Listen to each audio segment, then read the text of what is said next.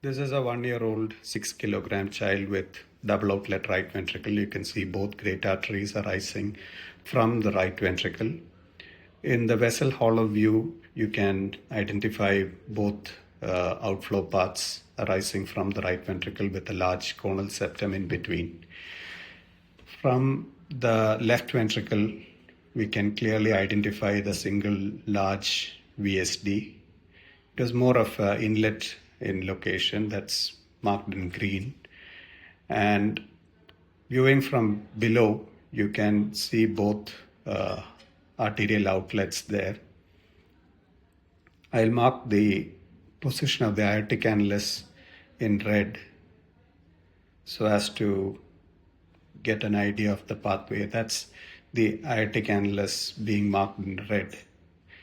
And I'll mark the right ventricular outflow tract in blue so that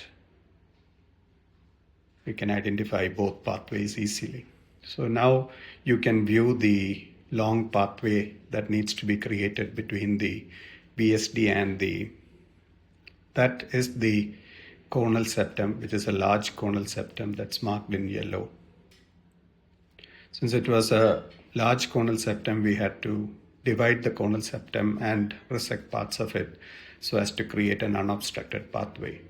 And since the VSD seemed a bit restrictive, we enlarged it in that direction and so as to create an unobstructed pathway.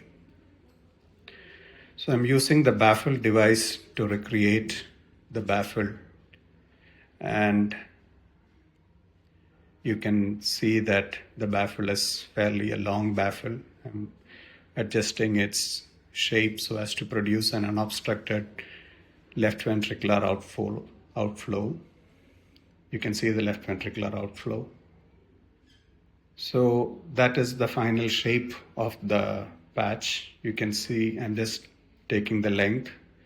That's around 3.3 centimeters and the width is around 2.5 centimeters.